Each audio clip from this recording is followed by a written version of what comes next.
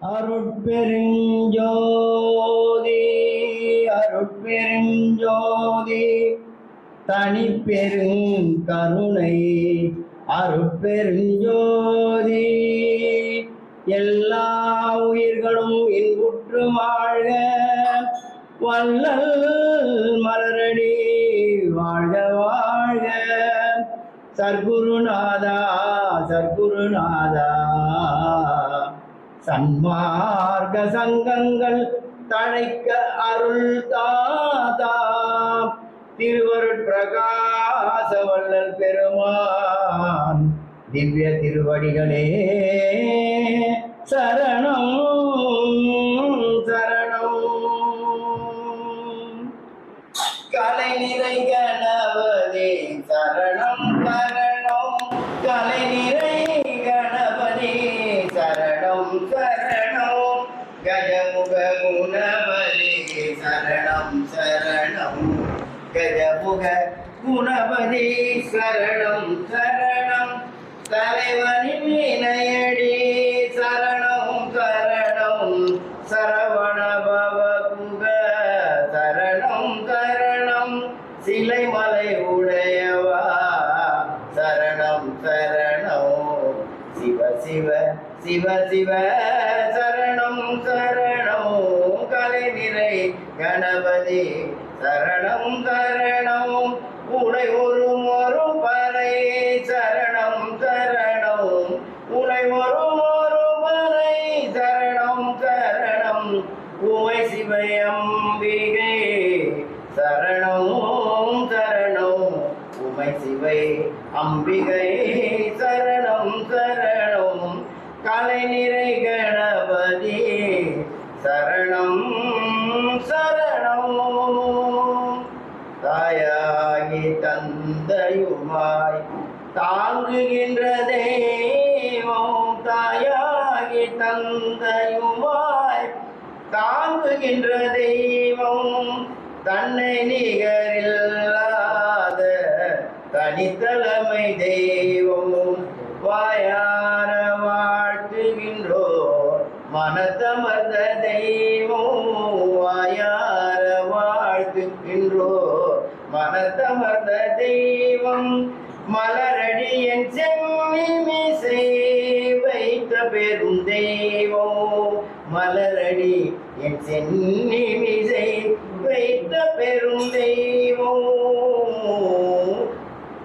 காயாது கனியாகி காயாது கனியாகி கலந்தி நிற்கும் தெய்வம், கருணை நிதி தெய்வம், முற்றும் காட்டுவிக்கும் தெய்வம், சேயாக என்னை வளர்க்கும் தெய்வ மகாதெய்வம், சேயாக என்னை வளர்க்கும் தெய்வ மகாதெய்வம், சிற்றபையிலாடுகின்ற தெய்வம் அதே தெய்வம், சிற்றபையிலாடுகின்ற தெய்வம் அதே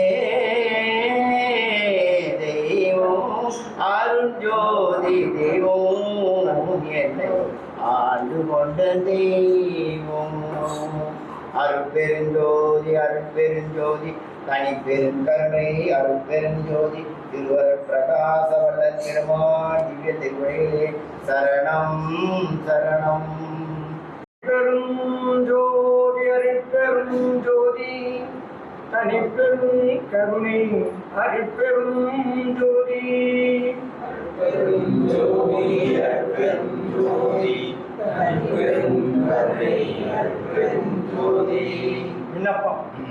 எல்லாமுடைய அருட்பெருஞ்சோதி அற்புத கடவுளே, இது தொடங்கி எக்காலத்தும் சுத்த சன்மார்க்கத்தின் முக்கிய தடைகளாகிய சமயங்கள், மதங்கள், மார்க்கங்கள் என்பவற்றின் ஆச்சார சங்கற்பங்களும் வருணம், ஆசிரமம் முதலிய உலகாச்சார சங்கற்ப விருப்பங்களும் எங்கள் மனதில் பற்றா வண்ணம் அருள் செய்தல் வேண்டும். சுத்த சன்மார்க்கத்தின் முக்கிய லட்சியமாகிய ஆன்மநேய ஒருமைப்பாட்டுரிமை எங்களுக்குள் எக்காலத்தும் எவ்விடத்தும் எவ்விதத்திலும் எவ்வளவும் விலகாமல் நிறைந்து விளங்க செய்வித்தருள் வேண்டும். எல்லாமாகிய தனிப்பெரும் தலைமை அருட்பெரும் திரு ஆண்டவரே, தேவரே, திருவுருள் பெருங்கருணைக்கு வந்தனம் வந்தனம். அருட்பெரும் ஜோதி அருட்பெரும் ஜோதி தனிப்பெரும் கருணை அருட்பெரும் ஜோதி. அருட்பெரும் ஜோதி அருட்பெரும் ஜோதி தனிப்பெரும் கருணை அருட்பெரும் ஜோதி.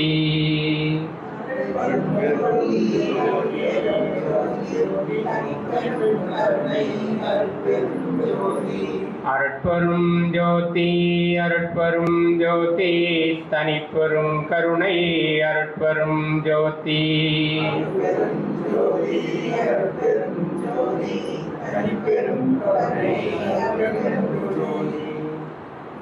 வாழையடி வாழை என வந்த திருக்கூட்டமரவை சார்ந்த மெய்யன்பர்களே,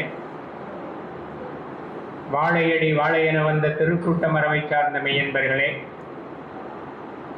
தாயற் பெரிதும் தயவுடைய தந்தை உலகை உயிர்க்க வந்த வள்ளல் ராமலிங்க பெருமானாரின் திருவருளால் இது நடக்கிறது. காய்ந்த வயிற்றுக்கு கஞ்சி வார்ப்பதை கடமையாக அல்ல கடவுள் வழிபாடாகவே கொண்டு வாழ்ந்த தவத்திரு கண்ணியப்படிகளாரின் குரு அருளால் இது நடக்கிறது. எண்ணிக்கையில் குறைவாக இருந்தாலும் கூட எண்ணத்தில் மேம்பட்டிருக்கக்கூடிய உங்களை போன்ற சன்மார்க்கத்தை சார்ந்தவர்கள் வந்திருப்பதால் இது அழகுக்கு அழகு சேர்க்கிறது. வியாழந்தோறும் நடக்கக்கூடிய இந்த சத்விசார வேள்வியில் வந்திருக்கக்கூடிய உங்கள் பொன்னார் திருவடிகளை இந்த வள்ளலார் தொண்டு நிறுவனம் வணங்குகிறது, வாழ்த்துகிறது, வரவேற்கிறது. இந்த மாலை பொழுதில் எத்தனையோ பொழுதுபோக்குகள் இருந்தாலும் கூட அவற்றையெல்லாம் புறந்தள்ளிவிட்டு வள்ளல் பெருமானை பற்றி சிந்திப்பதற்குரிய அருமையான தருணம் இது என நினைத்து வந்திருக்கக்கூடிய நீங்கள் உண்மையிலேயே பாக்கியசாலிகள். ஏனென்று சொன்னால் இன்றைய காலகட்டத்தில் சமயத்தை வழிபாட்டை சரியாக சிந்திப்பதற்குரிய ஒரு களம், சமயத்தை வழிபாட்டை சரியாக சிந்திக்கக்கூடிய ஒரு களமாக இது அமைந்திருக்கிறது என்று சொன்னால் அது மிகையாகாது.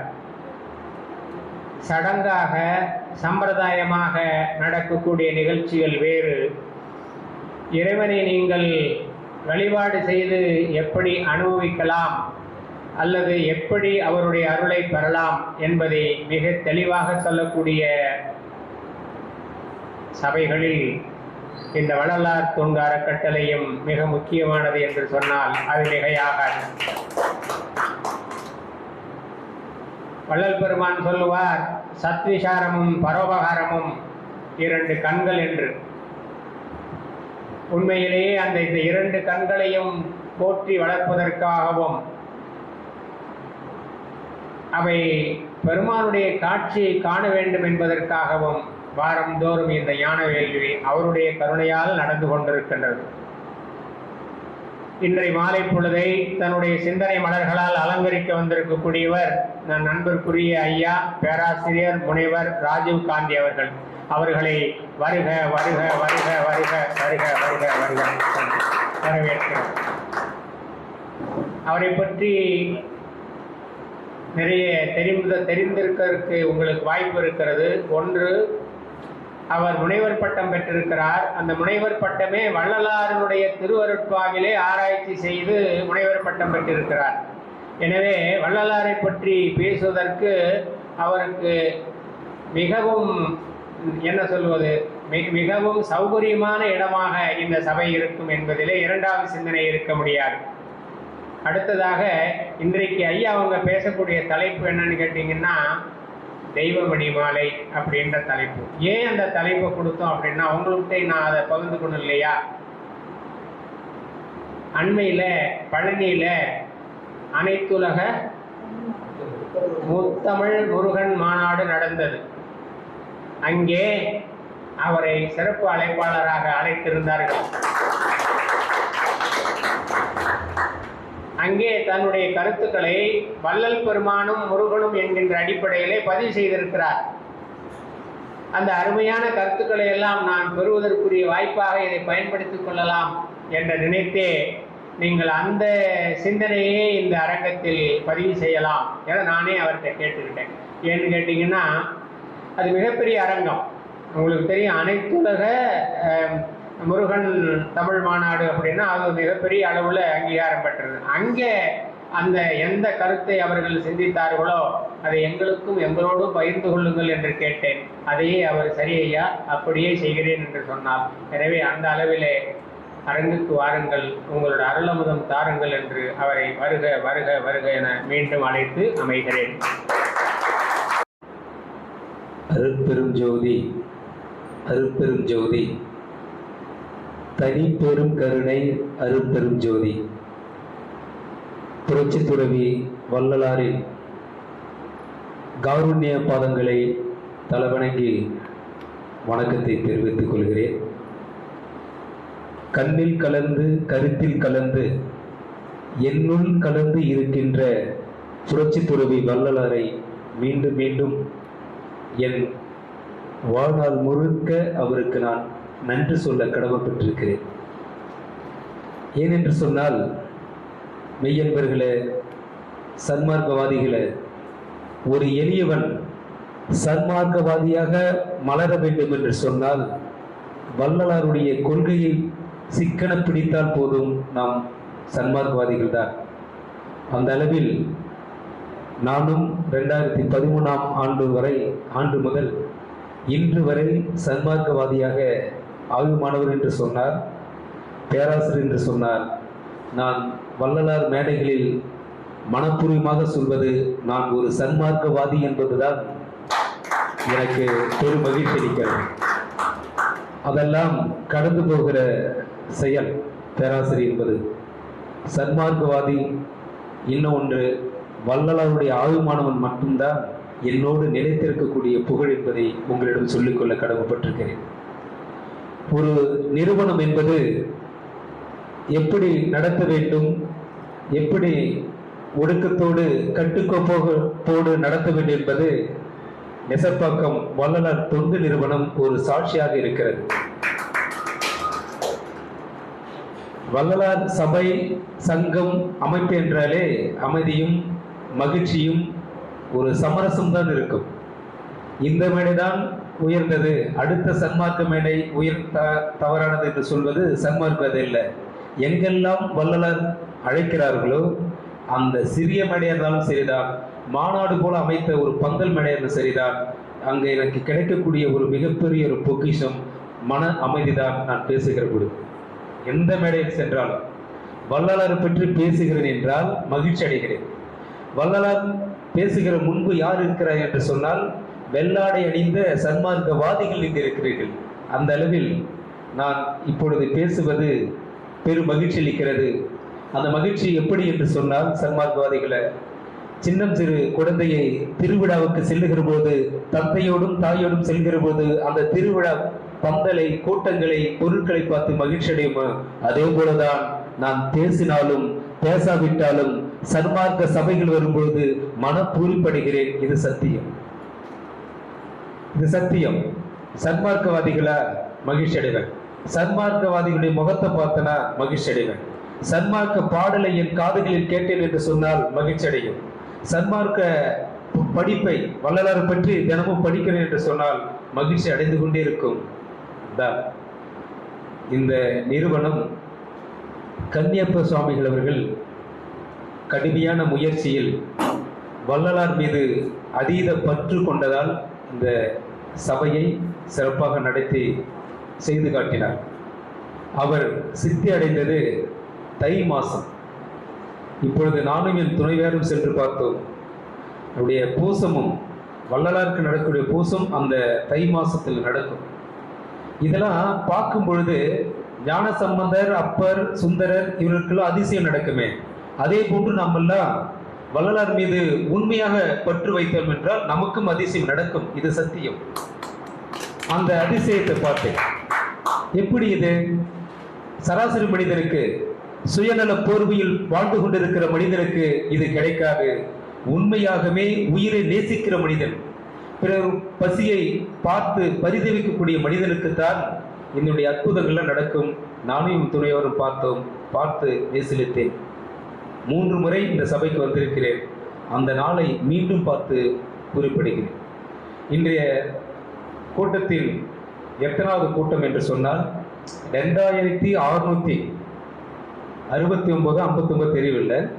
ஆனால் 2600 கடந்து ஒரு சபை ஒரு சொற்பொழிவு ஆற்றிக் கொண்டிருக்கிறார்கள் என்று சொன்னால் வள்ளலார் வெற்றி பெற்று விட்டார். வள்ளலாருடைய கொள்கை பரவிக் கொண்டிருக்கிறது. வள்ளலாருடைய பாடலையும் கருத்துகளையும் சன்மார்க்கவாதிகள் கேட்டுக்கொண்டிருக்கிறார்கள். இந்த சபை வெற்றி அடைந்திருக்கிறது. எனக்கு பாடம் நடத்திய பேராசிரியர் பெருமக்கள் அரங்க ராமலிங்க ஐயா இங்கு பேசியிருக்கிறார். பிற சான்றோர் பெருமக்கள் இங்கு பேசியிருப்பதாக ஐயா தலைவர் அவர்கள், மாணிக்கம் ஐயா அவர்கள் சொன்னார். ஆனால் எனக்கு போன வாரம் நடந்த ஒரு அற்புதம், அதுதான் நம்ம சன்மார்க்கவாதி. என் கல்லூரியில் ஒரு விழா நடந்து கொண்டிருக்கிறது.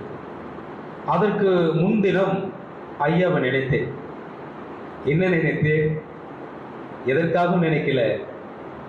KK நகர் சன்மார்க்க சங்கத்தில் பேசியிருக்கிறார் 3 முறை. இங்க தொடர்ந்து இந்த ஆண்டும் ஜூன் மாதம் பேசியிருக்கிறார்.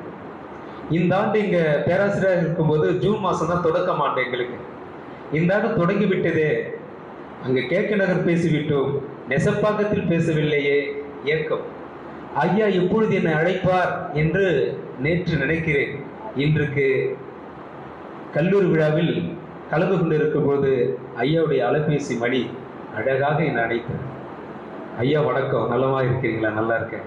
நீங்கள் நலம். நீங்கள் இந்த வாரம் 29ஆம் தேதி பேச உங்களுக்கு விருப்பமா? உங்களுடைய கால சூழ்நிலை எப்படி அப்படின்னு தலைவர் அவர்கள் கேட்டார். நேற்று நினைத்தேன், இன்றைக்கு அது நடந்து இருக்கிறதால் இதுதான் அதிசயம். ஒரு மனிதனை உண்மையாக நினைத்தோம் என்றால், நேசித்தோம் என்றால் அது செயல்படுத்த கொடுக்கும். அப்புறம் இங்கே வந்த பிறகு சொன்னார், என் மனைவி என்று அறிமுகப்படுத்தினேன்.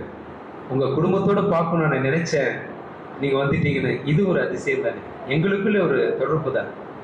நினைப்பதெல்லாம் நடந்து விட்டால் இதற்கு தான் சன்மார்க்கவாதிகள் என்று பெயர். அந்த அளவில் இங்கே வந்திருக்கக்கூடிய சன்மார்க்கவாதிகளுக்கும் சான்றோர் பெருமக்களுக்கும் என்னை அழைத்து பேச வைத்து அழகு பார்த்து கொண்டிருக்கக்கூடிய மாணிக்க ஐயா, அமைதியின் உருவமாக இருக்கக்கூடிய மாணிக்க ஐயா உட்பட்ட அனைவருக்கும் பணிவான வணக்கத்தினை தெரிவித்துக் கொள்கிறேன். பேச தொடங்கிருமோ என்று நினைத்தேன். இப்போ ஒரு அதிசயம் பாருங்கள். பின்னாடி நான் பேசுகிற பொழுது என்னை மேடையேற்று அழகு பார்ப்பார் KK நகர் சன்மார்க்க சங்க தலைவர் ஐயா ராஜேந்திரன் அவர்களை சொல்லவில்லையே என்று ஏங்கினேன். ஐயா அவர்களுக்கும் சன்மார்க்க மேடையில் கல்வி பேச்சை தொடங்கி வைத்த KK நகர் சன்மார்க்க சங்க தலைவர் ஐயா ராஜேந்திரன் ஐயா அவர்கள், என் தாயுமானவர் ஐயா அவர்களுக்கு என் நன்றி கலந்த வணக்கத்தினை தெரிவித்துக் கொள்கிறேன். எனது தலைப்பு தெய்வமணி மாலை. தெய்வமணி மாலை யாரை பற்றியது?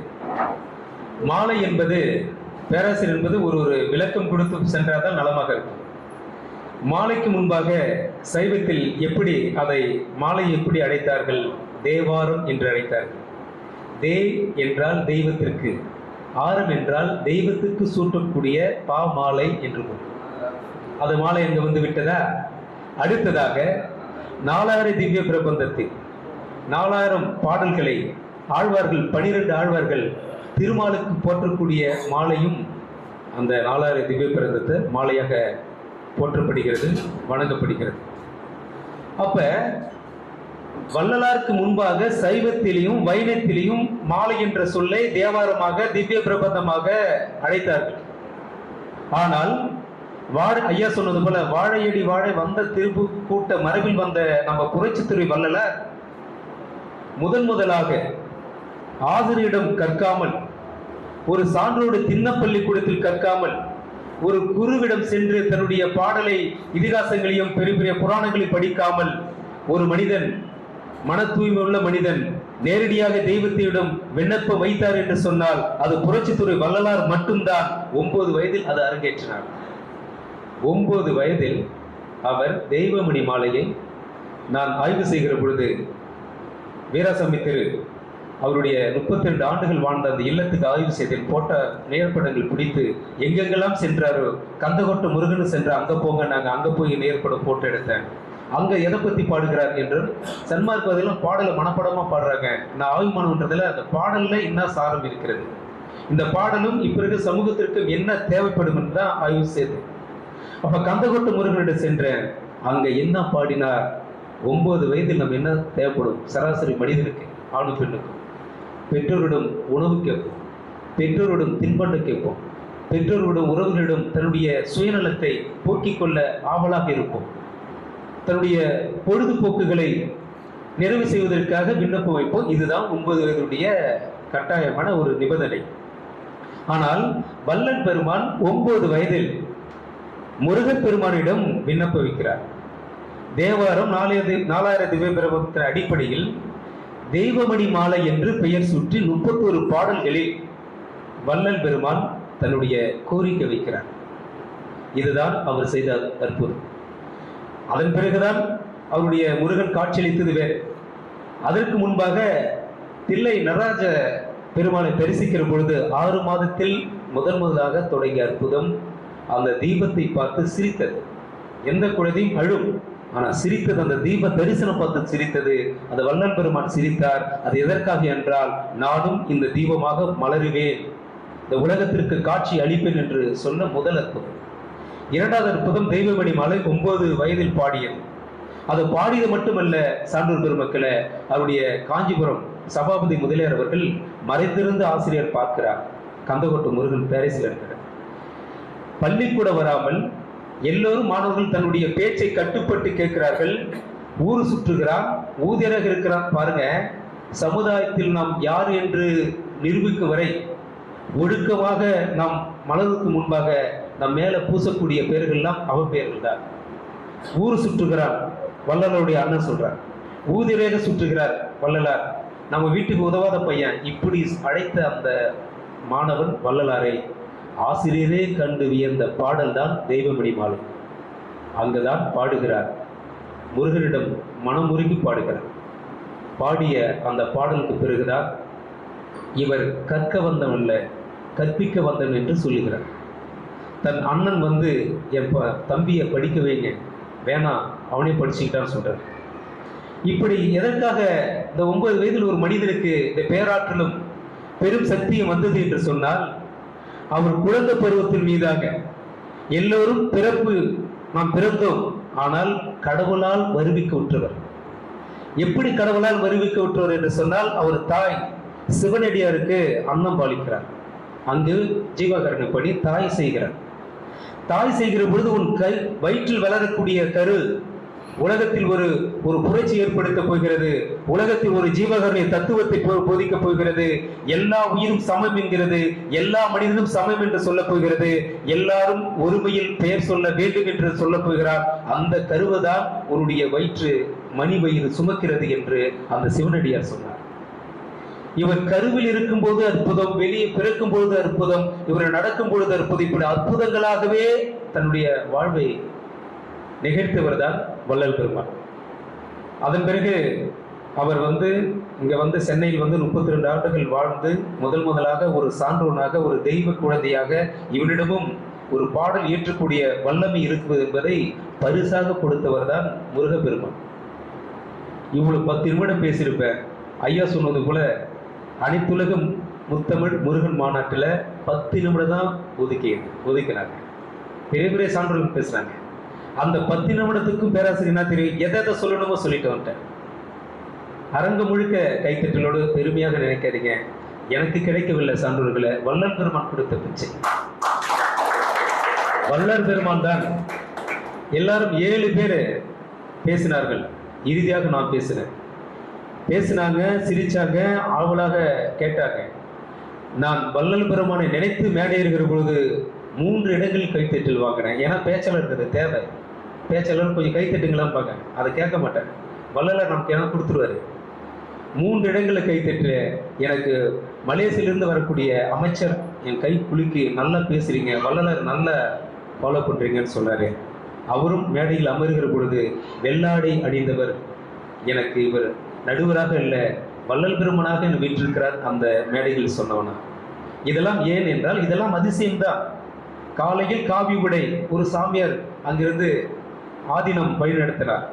மதியம் கருத்தரம் எனக்கு ஒரு வெள்ளாடை துறவியாக வள்ளல் பெருமனாக மலேசியை சேர்ந்த அமைச்சர் வழிநடத்தினார். இப்படிதான் ஒவ்வொரு அதிசயமும்.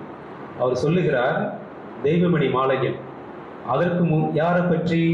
முருகனை பற்றி.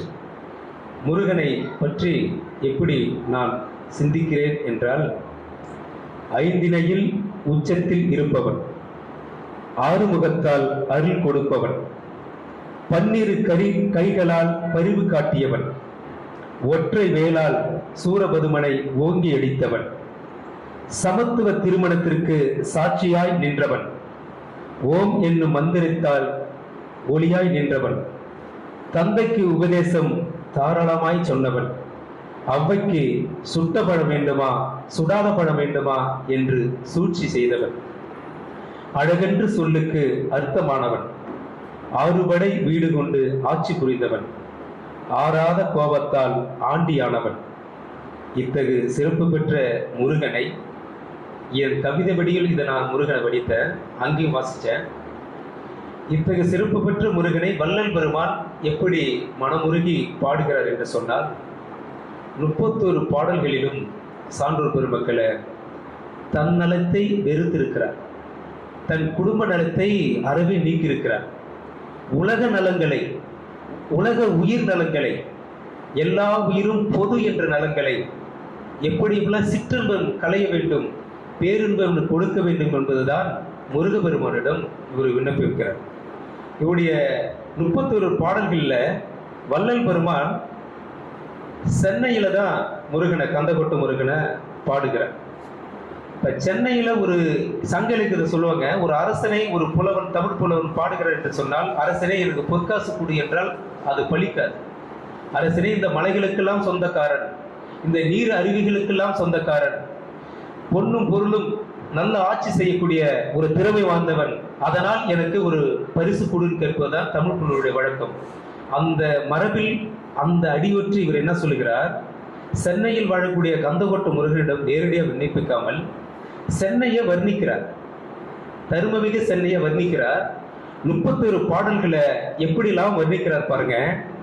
சென்னை அப்பொழுது எப்படி இருந்திருக்கிறது என்று சொன்னால், மரங்கள் நிறைந்த சென்னை, மரங்கள், அப்ப குளிர்ச்சி பொருந்திய சென்னை, மேன்மை பொருந்திய சென்னை, மேன்மைனா நல்ல உயர்வான சென்னை, மேகம் தொடு அளவுக்கு சுவர் இருக்கக்கூடிய சென்னை, அப்பொழுதே மேகம் தொடு அளவுக்கு சுவர்கள் இருந்த சென்னை, வழக்குக்கரிய சென்னை, வழக்கத்திற்கு நல்ல ஒரு பழக்கமா வாங்க, ஒரு வழக்கமா அவங்க மகளை, வழக்கத்துக்கு புறமானது தவறானது, ஒரு வழக்கம்னா நேர்மையான சென்னை, பெருநகரமாக விளங்கும் சென்னை, தலைவர்கள் இருக்கக்கூடிய பெரும் தலைவர்கள் இருக்கக்கூடிய சென்னை.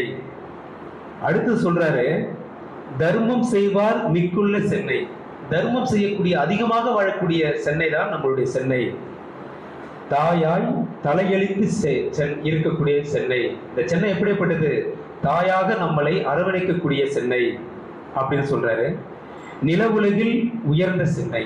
இந்த நில உலகத்துல, இந்த மண் உலகத்துல சென்னை எப்படிப்பட்டது என்று சொன்னால் உயர்ந்தது, மேன்மை பொருந்திய சென்னை. அடுத்து சொல்றாரு பாருங்க, இவர் சொல்லக்கூடிய 31 வரிகளும், ஒவ்வொரு வரிகளும் எந்த ஒரு வரிகளும் பொய்யானதல்ல, மெய்யானதாக அப்பொழுது இருந்திருக்கிறது. தாம் என்றும் பிறவென்றும் பார்க்காத சென்னை. தாம் இவர் வேறு, அவர் வேறு இல்லை, எல்லாம் ஒன்றுதான் என்று பார்க்கக்கூடிய சென்னை. தன் புகழ் நிறுவும் சென்னை, தன்னுடைய புகழை, இந்த சென்னைக்கு இருக்கக்கூடிய புகழை நிறுவக்கூடிய சென்னை. பெரிய வீடுகள் இருக்கக்கூடிய சென்னை, தானம், தருமம் இது நிறைந்திருக்கக்கூடிய சென்னை. பெருமை பொருந்திய சென்னை, தப்பில்லாத சென்னை, தவறுகள் செய்யாத சென்னை. தப்பில்லாத என்றால் வட்டார வழக்கு, தவறுகள் என்பது தப்பில்லாத சொல்வது சித்தர் என்றதால தப்பில்லாத சென்னை. அழகுமிக்க சென்னை, மலை என்னும் புகழால் உயர்ந்த சென்னை. மலைகள் இல்லை சென்னையில், ஆனா மலை போல உயர்ந்த சென்னை, புகழ்ல உயர்ந்த சென்னை. அப்படி பாருங்க, தழுத்தல் மிக்க சென்னை, இடத்தால் அழகுற அமைந்த சென்னை. இந்த இடத்தால் வந்து அழகுற அமைந்த சென்னை. அடுத்தது செல்வம் மிகு, செல்வம் அடர்த்தியா, அதான் தங்கச்சாலைன்னு பேர். ஐயா இருந்த இடத்துக்கு பேரு தங்கச்சாலை, வாழ்ந்த ஏழுகிணறு. தங்கங்கள் செல்வங்கள் மிகுந்த சென்னை. தன்னளவில் அழகு அமைந்த சென்னை. தாய்மை பண்புடையார் வாடும் சென்னை. பண்புகள் என்ன இருக்கணும்? தாய்க்குணம் இருக்கணும். அப்படி இருக்கக்கூடிய சென்னை அப்பொழுது இருந்திருக்கிறது. அடுத்தது பாருங்க, மருத வளம் பொருந்திய சென்னை. குறிஞ்சி, முல்லை, மருதம், நெய்தல், பாலை என்று 5 வகை திணையில மருதம் தான் எங்க பாடத்திட்டத்தில் 5 திணைகள்ல மருதத்தினை மட்டும்தான் பணக்கார திணை. மருதத்தினை மட்டும்தான் மனிதனுடைய ஒழுக்கத்தை சொல்லக்கூடிய திணை. மருதத்தினை மட்டும்தான் வீடுகள் எப்படி இருக்கணும், மனைவி மக்கள் எப்படி இருக்கணும், சொந்த பந்த மனைவி, அம்மா, தங்கை என்ற உறவுகளை நேசிக்கக்கூடிய திணை எதிரானா மருதத்தினை தான். மருதத்தினை அமைந்த சென்னை, ஒழுக்கம் நிறைந்த சென்னைன்னு சொல்றாங்க. அடுத்து பாருங்க, தாய்மை பண்புடையார் வாடும் சென்னை. மேன்மை பொருந்திய சென்னை. உயரிய மாடி வீடுகள் இருந்த சென்னை. வளக்குறையார் வாடும் சென்னை. முழங்குகின்ற கடற்கரை இருக்குல்ல பக்கத்துல, முழங்குகின்ற சத்தம் ஒலிக்கின்ற சென்னை. இப்படி தக்கம் இடம்பெற்ற சென்னை, தகுதியான இடம்பெற்ற சென்னை என்று 31 பாடல்களில் இவருடைய பாடல்ல முதல் வரியில இருக்கும். நான் படிக்கும் பொழுது, ஆய்வு கட்டுரை எழுதும் போது 31 பாடல்கள ஒவ்வொரு வரியா அதை என்ன சொல்லுகிறது, மனப்பாடம் பண்ணாவிட்டாலும் ஒவ்வொரு பாடலும் என்ன சொல்லுகிறது, இது எதற்காக அது சென்னையை இப்படி வர்ணிக்கிறாரு. ஒரு 4 பாடலை படிச்சுட்டு 5ஆவது பாடலை படிச்சு பொருள் எடுத்தேன். எல்லா 31 பாடல்களிலுமே சென்னை உயர்வாக கருதுகிறாரு. அது எப்படிலாம் உயர்வாக கருதுகிறாரு என்று சொல்லி 31 பாடல் வரிகளும் அந்த வர்ணிக்கக்கூடிய அந்த வார்த்தைகளை எடுத்த பிறகுதான் தெரிந்தது, இவர் சென்னையை அழகாக நேசித்திருக்கிறார். சென்னை அப்ப தர்மம் நிறைந்த சென்னையாக, தர்மமிகு சென்னை, மரங்கள் நிறைந்த சென்னையாக நினைத்திருக்கிறார். அந்த அளவில் தெய்வமணி மாலையில் முருகனை எப்படி இவர் நேசித்திருக்கிறார் என்று சொன்னால், 31 பாடல்கள்ல 13 பாடல்கள் மட்டும்தான் நான் ஆய்வுக்கு எடுத்துக்கொண்டேன். 13 பாடல்களே 2 பாடல்களே சொல்லிட்டு மீதி இருக்கிற பாடலை தொகுத்து வழங்கினர். எனக்கு இருக்கிற இன்னும் அரவு நேரத்தில் இந்த 13 பாடல்கள் இருக்கிற சாரம் என்ன, செய்திகள் என்ன, அதை மட்டும் சான்றோர் அவையில் சொல்ல நான் கடமைப்பட்டிருக்கிறேன். முதல் பாடல்ல கருணையும் அருளும் வளரும் வேண்டும். முருகப்பெருமான் என்ன கேட்கிறாரு, எனக்கு கருணையும் வேண்டும், அருளும் வேண்டும், அது எனக்கு தான் அப்படின்னு என்ன சொல்கிறார் என்றால், திருவோங்கு புண்ணிய செயலோங்கி திருளோங்கு செல்வம் ஓங்க. இந்த சென்னை எப்படிப்பட்டது? செல்வம் மிகுந்த சென்னை. இந்த சென்னையில எனக்கு முருகப்பெருமானே, கந்த கொட்ட முருகனே, எனக்கு என்ன வேண்டும் என்று கேட்கிறார் என்று சொன்னால், ஜீவகாருண்ய செயல்கள் வேண்டும், எனக்கு அறிவாற்றல் வேண்டும் என்று சொல்கிறார். முதல் பாடல்ல ஜீவகாருண்ய பணி செய்ய வேண்டும், அதற்கு அறிவும் ஆற்றலும் எனக்கு வேண்டும். பாரதி சொல்கிறார் பாடல்கள்ல, விசையொரு பந்தினை போல் உளம் வேண்டியபடி உளம் கேட்டேன். எனக்கு அறிவு கொடு சிவசக்தியே, சொல்லடி சிவசக்தி, மானொரு பயனொரு வாழ்வதற்கு என்னை மண்ணுலகத்தில் சுமையாக மாற்றிடாத. விசையொரு பந்து எப்படி அடித்து வருகிற போது எப்படி சுறுசுறுப்பாக இருக்கிறதோ, நான் பாரதி என்பது யார் என்பது இந்த உலகத்தை தெரிய வேண்டும், அறிவுள்ளவனாக வேண்டும் என்பது பாரதிக்கு அறிவுக்கு தீரி போட்டவர் தான் வள்ளல் பெருமான். கண்ணதாசனுக்கு இதே போல ஆன்மீக சிந்தனையை, தத்துவ கருத்துக்களை வழங்கியவரும் வள்ளலார் தான், திருமூலர் தான். இப்படி எல்லா அறிஞர்களுக்கும் தந்தை பிறருக்கும் தன்னுடைய கருத்துக்களை எடுத்து மேற்கோள் காட்டிருக்கிறார் என்று சொன்னால், வள்ளல் பெருமானுடைய பாடல் அனைத்துமே ஜீவகாருண்ய தன்மை உடையது, உயிரிழக்க தன்மை உடையது, பிறரை நேசிக்கக்கூடிய வரிகளை உடையது. பாருங்க, ஜீவகாருண்ய செயல்களை செய்யக்கூடிய அந்த ஆற்றல் எனக்கு தர வேண்டும். அதற்கு அறிவும் ஆற்றலும் எனக்கு தர வேண்டும். கருணை வேண்டும், ஞானம் வளர வேண்டும். எவ்வுயிருக்கும் நான் உறவாக வேண்டும் என்றார். எவ்வுயிருக்கும் நான் உறவாக வேண்டும் என்று கந்தகொட்ட முருகனிடம் எப்படி கேட்கிறாரு? என்னாலோ அந்த நாள் முருகனே, அந்த நாள் எனக்கு எப்பொழுது வரும்? இப்படிலாம் ஜீவகரண படியும் அருளையும் எல்லா உயிரையும் தான் உயிரை நேசிக்கிற அந்த நாள் என்னைக்கு தருவேன்?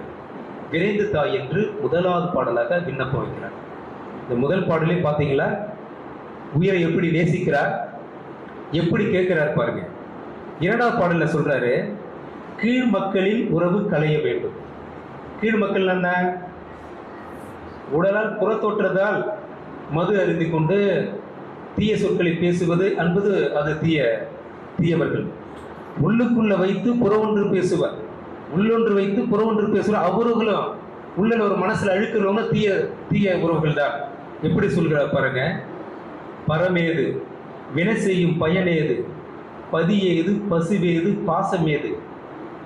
முருகப்பெருமானே, இந்த விரதங்களால் அடையக்கூடிய நன்மைகள் என்ன? பதி பசு பாசம் என்ன? விரதத்தால் செய்யக்கூடிய நன்மைகள் என்ன? வினை என்ன? முன்வினை என்ன? பின்வினை என்ன? எதுவுமே அதுக்கு அதனால் வரக்கூடியது ஒன்றுமே இல்லை. என்ன வேண்டும்? நல்ல உணவு உண்டு. சராசரி மனிதன் எப்படி வந்தா நல்ல உணவுகளை உண்டு, நல்ல உடலை வளர்த்து நல்ல தூக்கத்தை வர வைத்து அழகான மகளிரோடு சிற்றின்ப கழிக்கக்கூடிய அந்த தீய மனிதனுடைய உறவை எனக்கு களைய வேண்டும். இரண்டாவது பாடல் பாருங்க. விரதம் வினை இதனால் ஒரு பயனும் இல்லை. அதான் திருமூலர் சொல்லுகிறார், படமான கோயில் பகைவர் ஒன்றியல் உள்ள இருக்கிற சிலைகளுக்கு செய்வதை விட சமுதாயத்தில் பசியில் வாடக்கூடிய அந்த மனிதருக்கு செய், அதுதான் ஜீவகரண பணின்னு திருமூலர் சொன்னாரு. அதை நடைமுறைப்படுத்தியவர் நம்ம வள்ளல் பெருமான். பாடலா பாடி சமூகத்துக்கு கருத்தை திணித்தவர்கள், கருத்தை பரப்பியவர்கள் சித்தர்கள் என்றால், சமூகத்தோடு நின்று அந்த கருத்துக்களை பரப்பி மக்களோடு மக்களாக மலர்ந்தவர் தான் வள்ளல் பெருமான். அந்த தான் சொல்றாரு, இதனால் வரக்கூடிய எந்த ஒரு பயனும் இல்லை. சாப்பிட்டு உடலை பெருத்து அந்த அழகான மகளிரோடு அந்த தவறான எண்ணங்களில் இல்லாமல் இருக்கக்கூடிய கீழ் மக்களுடைய உறவு எனக்கு வேண்டாம். இரண்டாவது பாடல் பாருங்க. 9 வயது சைக்காலஜி உளவியல் தத்துவத்தில் சொல்லுகிறது, ஒரு மனிதருக்கு ஆணும் பெண்ணுக்கும் எப்பொழுது உணர்வுகள் அந்த பாலியல் ஒன்று வரும் என்றால் அது ஒரு விளக்கம் இருக்கிறது.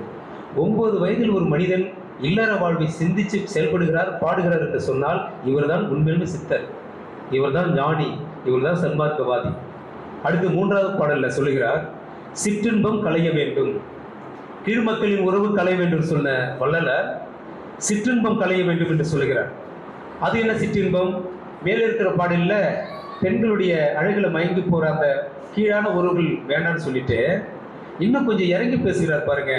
பெண்களை எங்க தமிழ் இலக்கியத்தில் அழகான பெண்ணும் அசிங்கமான பெண்ணும் அவங்கவுங்க பார்வை தான். அது நான் ஒரு பொண்ணை பார்க்குறேன்னா அது எனக்கு ஏஞ்சல், எனக்கு அழகு ராணி, உங்க பார்வைக்கு அசிங்கம். அப்போ அவங்கவுங்க பார்வைக்கு தான்.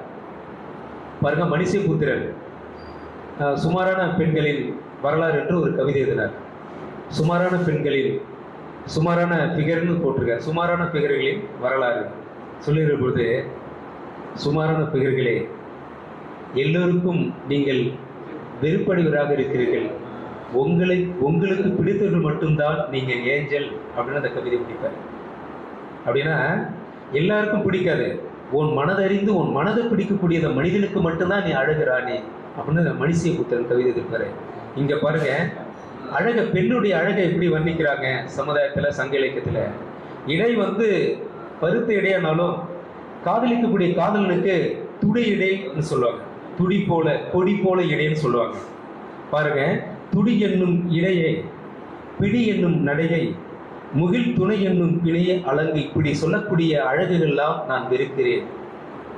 முருகப்பெருமானே, இடையை துடி என்றும் நடையை அன்னம் என்றும் முகங்களை நிலவோடும் நடந்து செல்கின்ற அந்த நட அழகை மயிலோடு ஒப்பிட்டு பேசுகிற அந்த அழகை வெறுக்கிறேன்.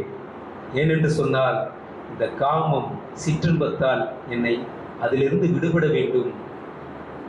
எல்லா சங்க புலவர்களும் எல்லா சங்க ஆசிரியர்களும் பெண்களை வர்ணிக்கிற பொழுது, நாங்களும் காதலிக்கும் பாடுகிற பொழுது அந்த வர்ணித்து தான் மாணவர்கிட்ட நாங்கள் டெலிவரி கொடுக்கணும். பாடணும்டே நான் வள்ளலாரை பற்றி ஆய்வு செஞ்சுருக்கிறேன், பெண்களை பற்றி நான் இந்த பாடலை நான் படிக்க மாட்டேன், நீங்களே படிச்சுங்கன்ட்டா தப்பாயிடும். அந்த இடத்த நான் ஆசிரியராக இருந்து பெண்கள் எப்படி சங்கலித்தில் வர்ணிக்கப்படுகிறது, கூந்தல் எப்படி வர்ணிக்கப்படுகிறது, ஆனால் விளக்கம் கொடுக்கணும். அப்போ தான் பேராசிரியர், அப்போ தான் மார்க் எடுப்பான். அதை வள்ளல் பெருமான் நான் நடத்தும் போதே வள்ளல் பெருமான் இதை வேணான்னு சொல்கிறாரு. நம்ம பாடம் நடத்தும் போது விளக்கம் சொல்லி நடத்துகிறோமே, இது என்னுடைய ஆசிரியர் தொழில், செய்தாக வேண்டும். அந்த சிற்றின்பம், பெண்களுடைய சேர்ந்து இருக்கக்கூடிய அந்த போலியான அழகெல்லாம் சிற்றின்பம் சொல்கிறார். அதான் ஒரு மனிதன், சித்தார்த்த என்ற ஒரு மனிதன் புத்தரா மாறியது பெண்ணால் தான். ஏனென்று சொன்னால் உலக வெறுக்கிற பெண்களை அரண்மனைக்கு உள்ளே செல்கிற பொழுது அழகாக இருந்தாங்க. அவருக்கு ஒரு ஞானம் வருகிற போது, உலகத்தை வெறுக்கும் பொழுது, அரண்மனையிலேருந்து அவர் அறையிலேருந்து வெறுவிடும் போது அழகான பெண்கள் நடுசாமத்தில் அந்த உமிழ்நீர் சுரக்கும், கோட்டன் சொன்ன உமிழ்நீர் சுரந்தது, கண்மணி விட்டதெல்லாம் களைஞ்சி, இந்த கூந்தல்லாம் களைஞ்சி, இந்த துணியெல்லாம் களைஞ்சி அலங்கோலமாக இருந்த பார்த்தது எல்லாம் நிரந்தரமானதல்ல. நம்மை விட்டு செல்வது, அழகு விட்டு செல்வது, செல்வம் விட்டு செல்வது, இளமை விட்டு செல்வது என்று சிந்தித்த ஒரு சித்தார்த்த இந்த மனிதன் தான் புத்தராக வளர்ந்தார். இதுதான் நிலையாமை. இது ஒரு திருமணம் செய்து கொண்டு புத்தர் ஒரு குழந்தை பெற்றெடுத்து புத்தராக மாறினார். வள்ளல் பெருமான் எழுத்துவடைய ஞானியாக, புரட்சி துறவியாக மலர்ந்தார் என்று சொன்னால் நம்ம வள்ளல் பெருமான் தான். குடும்பத்துக்கு கட்டுப்பட்டு, உறவுகளுக்கு கட்டுப்பட்டு தான் திருமணம் செய்து கொண்டாரே தவிர, அன்றைக்கு கூட திருவாசகம் தான் வள்ளல் பெருமான் படித்தார். இப்போ இந்த சிற்றின்பத்தை களைய வேண்டும் சொல்லிட்டு ஒவ்வொரு உடல்ல ஏற்படக்கூடிய உணர்வுகளை கட்டுப்படுத்த வேண்டும் என்பதுதான் தெய்வமணி மாலனுடைய சிறப்பு. அடுத்த பாடல் சொல்கிறார், ஐம்புலன்களையும் அடக்க வேண்டும். காமத்தை எப்படி சொல்றாரு பாருங்க. காமத்தை பகை என்றும், கோபத்தை கொடியவன், செல்வத்தை மூடன் என்றும், மோகம் ஒரு மனுஷன் மோகம் உள்ள வீணன் என்றும், கொடிய மதம் ஒரு மனிதன் மதம், சாதி மதம் இருக்குல்ல, அந்த மதத்தை அகங்காரம் என்னும், கொலை எனப்படும் பாதகத்தை கொலைய பாதகம் என்றும் இப்படி வர்ணிக்கிறார். எதெல்லாம் நம்மெல்லாம் சிக்கி பிடித்து சிற்றின்பத்தை தவிர்க்கிறோமோ அதெல்லாம் வெறுக்க சொல்கிறார். இதுக்கு வெறுப்பதற்கு என்ன வேண்டும் என்று சொன்னால், ஆமை போல் 5 புலன்களையும் அடக்க வேண்டும். எவன் அடக்கிறானோ அவன் மனிதராக மாறுகிறான். 201 ஆண்டு கடந்தும் 202வது ஆண்டு நாம் கொண்டாட போகிறோம். வள்ளல் பெருமானை இழிவில் பேசுகிறேன், நீங்களும் வள்ளல் பெருமானுடைய சிந்தனையை ஊன்று கவனிக்கிறேன் என்று சொன்னால், இவருடைய உண்மைக்கும் இவர் எழுத்தினுடைய சக்திக்கு தான் நாம் எல்லாம் கூடியிருக்கிறோம். அடுத்தது பாருங்க, உனது புகழ் பேச வேண்டும். இதை எல்லா சன்மார்க்கவாதையும் பாடக்கூடிய அந்த பாடல். ஒருமையுடன் நினது மலரடி நினைக்கின்ற உத்தமர்தம் உறவு வேண்டும். உள்ளொன்று வைத்து புறமொன்று பேசுவார் உறவு களவாம வேண்டும். பெருமமிகு நினது புகழ் பேச வேண்டும் அப்படின்னு இந்த பாடலில் என்ன சொல்கிறார் அப்படின்னு சொன்னால், உள்ளத்தில் ஒன்றும் புறத்தில் ஒன்றும் பேசக்கூடிய அந்த மனிதர்களுடைய உறவை நான் வெறுக்க வேண்டும். அடுத்து சொல்றார் பாருங்க, ஒருமையுடன் எப்பொழுதுமே இந்த சிந்தனை ஒருமையாக இருக்கணும். அந்த ஒருநிலைப்படுத்தி ஒன்னையே நினைக்கக்கூடிய அந்த சிந்தனை எனக்கு வேண்டும் அப்படின்னு, பெருமைமிகு உனது புகழே தான் முருகப்பெருமானை நான் பேச வேண்டும் அப்படின்னு இந்த பாடல்ல வள்ளல் பெருமான் முருகனிடம் விண்ணப்ப வைக்கிறார். அடுத்ததாக வரக்கூடிய பாடல்ல இரவாத நிலை வேண்டும். இரவாதன்னா சங்க இலக்கியத்துல ஈத்தா கொடுன்னு சொல்லுவாங்க. ஈ என்றால் நம்மளுடைய சமமாக இருக்கக்கூடிய வயசிலும் தகுதியிலும் சமமாக இருக்கக்கூடிய மனிதர்கிட்ட போயிட்டா ஈக்கு கொடுன்னு சொல்லுவோம், வா கொடுங்க.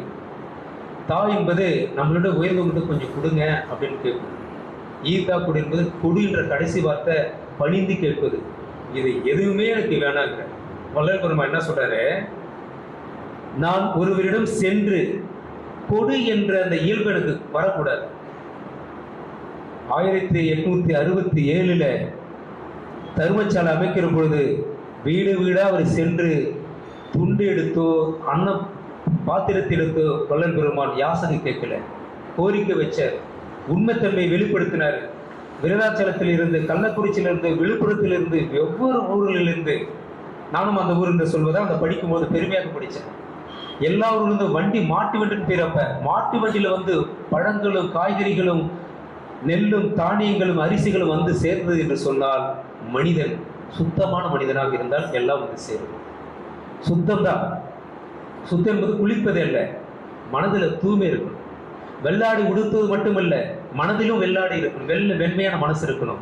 அதுதான் 1867 தொடங்கிய அந்த தருமச்சாலை 156 ஆண்டுகள் கடந்தும் வெற்றி பெற்றிருக்கிறது சொன்னால் அவருடைய உண்மைத்தன்மை தான். என்ன சொல்ற பாருங்க, யாரிடமும் நான் கையேந்தி வாங்கக்கூடிய அந்த தன்மை எனக்கு கொடுக்கக்கூடாது.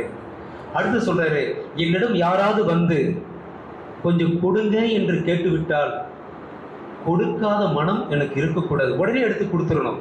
உடனடியாக அவரிடம் கொடுக்கக்கூடிய மனம் எனக்கு வேண்டும் சொல்றாரு. பிறர் செல்வம் கண்டு பொறாமை படக்கூடாது. பிறருடைய வாழ்வு, செல்வம் என்பது வாழ்வு. மகிழ்ச்சியா, ஐயோ மகிழ்ச்சியா இருக்கிறானே.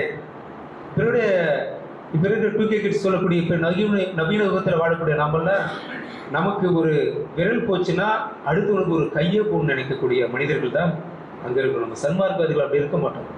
ஏன்னா சொன்னால் சன்மார்க்கவாதிகள் எப்பொழுது பிறருடைய துன்பம் கண்டு தானாக கண்ணீர் வடிக்கிறார்களோ அவர் சன்மார்க்கவாதி.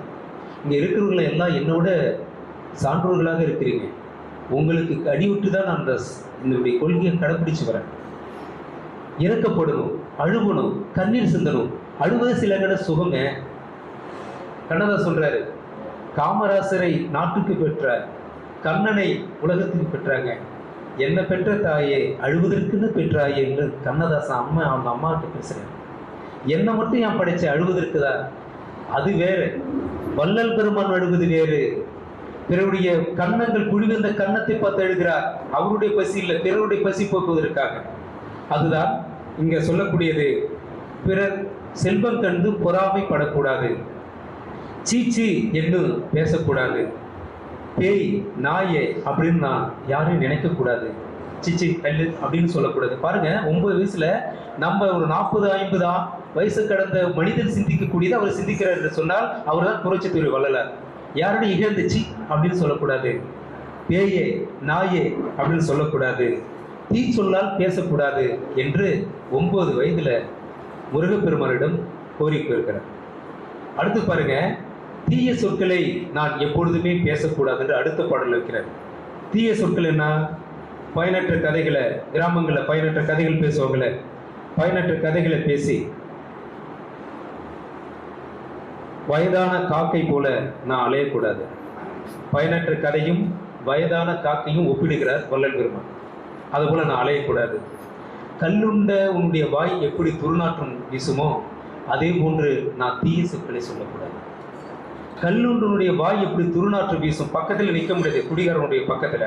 அதே போன்று தீ சொற்களை நான் பேசக்கூடாது அப்படி என்று சொல்லுகிறார் என்று சொன்னால் 2024 ஆண்டுல வாழ்ந்து கொண்டிருக்கிற நாம் இந்த செய்யுளை, அவருடைய பாடலை பாடுகிற பொழுது நாம் கடைபிடிக்க வேண்டும் என்பதுதான் நம்முடைய சபையினுடைய நோக்கம். வாழ்ந்து பாருங்கள். நேர்மையாக வள்ளல் பெருமான் நமக்கு அனைத்தும் தருவார். நேர்மையாக உண்மையாக ஒரு மனிதனின் அவரிடம் பாரத்தை போட்டோம் என்று சொன்னால் நமக்கு எல்லாம் தருவார். நாம் செய்யக்கூடிய ஒரே செயல் உண்மைதான். செய்யக்கூடிய செயல் சைவமாக இருப்பதுதான். செய்யக்கூடிய செயல் ஜீவகரண பணிதான். செய்யக்கூடிய செயல் எப்பொழுது பிறர் நேசிப்பதுதான். செய்யக்கூடிய செயல் ஜாதி மதம் ஆச்சாரம் விகப்பங்கள் அனைத்தும் களைய வேண்டும் என்றால் நாம் சன்மார்க்கவாதி தான். அடுத்த பாடல் சொல்றார் பாருங்க, பசியால் இருப்பவரை கண்டு மனம் இறங்க வேண்டும். ஒரு பசியால் இருக்கக்கூடிய பார்த்து நான் ஒதுங்கி போகக்கூடாது. பசியால் இருப்பவருக்கு கண்டு நான் ரசிக்க கூடாது. பசியால் இருப்பவனை பார்த்துட்டு நம்மளுடைய வயிறா பசிக்குதுன்னு போகக்கூடாது. அங்க சொல்கிறார் பாருங்க, நம் கண்ணில் பசியால் துன்பப்படுவதை பார்த்து மனம் இறங்க வேண்டும். உன் திருவடியில் அன்பு நான் வைக்க வேண்டும். அடுத்து பாருங்க, பொறுமை வேண்டும். பொறுமை வேண்டும். பிறகு என்ன சொல்கிறார், ஒரு மனிதன் நீண்டாவில் வாழ வேண்டும்ல, எனக்கு நோய் இருக்கக்கூடாது, நோயற்ற வாழ்வு எனக்கு வேண்டும் என்று வள்ளல் பெருமான் இங்க சொல்லுகிறார். சொல்லுகிற பொழுது முருகனிடம் என்ன சொல்றார் பாருங்க, நீ எப்படிப்பட்டவர் தெரியுமா? வேற்படை வேற்படைனா வேலை கையில் இருந்துக்கிறார். வேற்படையும் மயில் ஊர்தியும், ஒரு அரசன் எப்படிலாம் இருக்கிறாரோ முருகனை அப்படி வச்சு வர்ணிக்கிறார். வேற்படை, நம் காலால் படை, யானைப்படை, குதிரைப்படைன்னு சொல்லுவத வள்ளல் பெருமான் முருகனை வேல்படை, மயில் ஊர்தி, இந்த தேர்ல வருத மயில் ஊர்தி சொல்லுகிறார். கொடி என்ன சொல்ல பாருங்க, சேவல் கொடிகளை தாங்கிய ஒரு தலைமை பண்பு வாழ்ந்த முருகனே, இப்படியாப்பட்ட அருளை எனக்கு தாருங்கள் அப்படின்னு அந்த இடங்கள்ல சொல்லுகிறார். கந்தகோட்ட முருகன் என்று ஒவ்வொரு முறையும் புகழ்ந்து பாடுகிறார். அடுத்த பாடல்ல சொல்லக்கூடிய பாடல், சூரியனை இருள் சூழ்ந்து கொள்ள முடியுமா? அந்த தலைப்புல 13ஆம் பாடல், அந்த தலைப்புல என்ன சொல்கிறார்னா, பெரிய நெருப்பு புழு, பெரிய நெருப்பை சின்ன புழு அணுகி பற்ற முடியுமா? முடியாது. நம்ம சொல்லணும். வானத்தை மண்ணில் வாழும் ஒரு மான் தாவி அணைக்க முடியுமா? முடியாது. அடுத்து பாருங்க, புலியை அது எதிரியாக என்ன போட முடியும் சொல்லுங்க? புலியை ஒரு எலி சீர முடியுமா? அவருடைய ஊமை பாருங்க, காதலுக்கும் எடுத்துக்கலாம், தத்துவங்களுக்கும் எடுத்துக்கலாம், ஒரு அகிம்சைக்கும் எடுத்துக்கலாம். இதுதான் வள்ளலருடைய பாடல். சிவபெருமானை நேசிக்கும் பொழுது அப்படியே காதல் மழமான ஒரு, எனக்கு எல்லாமே நீதான், உன்னை விட்டா எனக்கு வேற யாரு?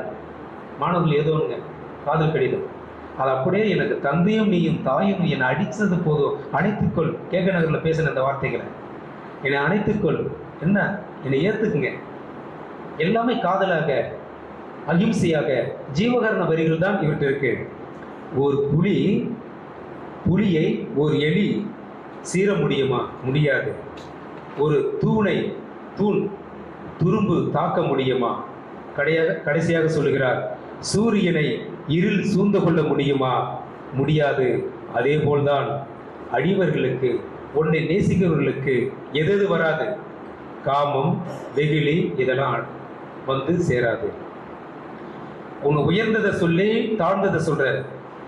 இங்க யார் உயர்ந்தவர்கள், மேன்மையானவர்கள்? முருகனுடைய பக்தர்கள், முருகனுடைய அடிவராக எங்களுக்கு காமம், சிற்றின்பம், வெகுளி, பொறாமை, பேராசை இதெல்லாம் அணுக முடியாது. அப்படி அணுகக்கூடாத ஒரு செயல்களை கந்தகோட்ட முருகனே எனக்கு தாருங்கள் அப்படின்னு சொல்றாரு.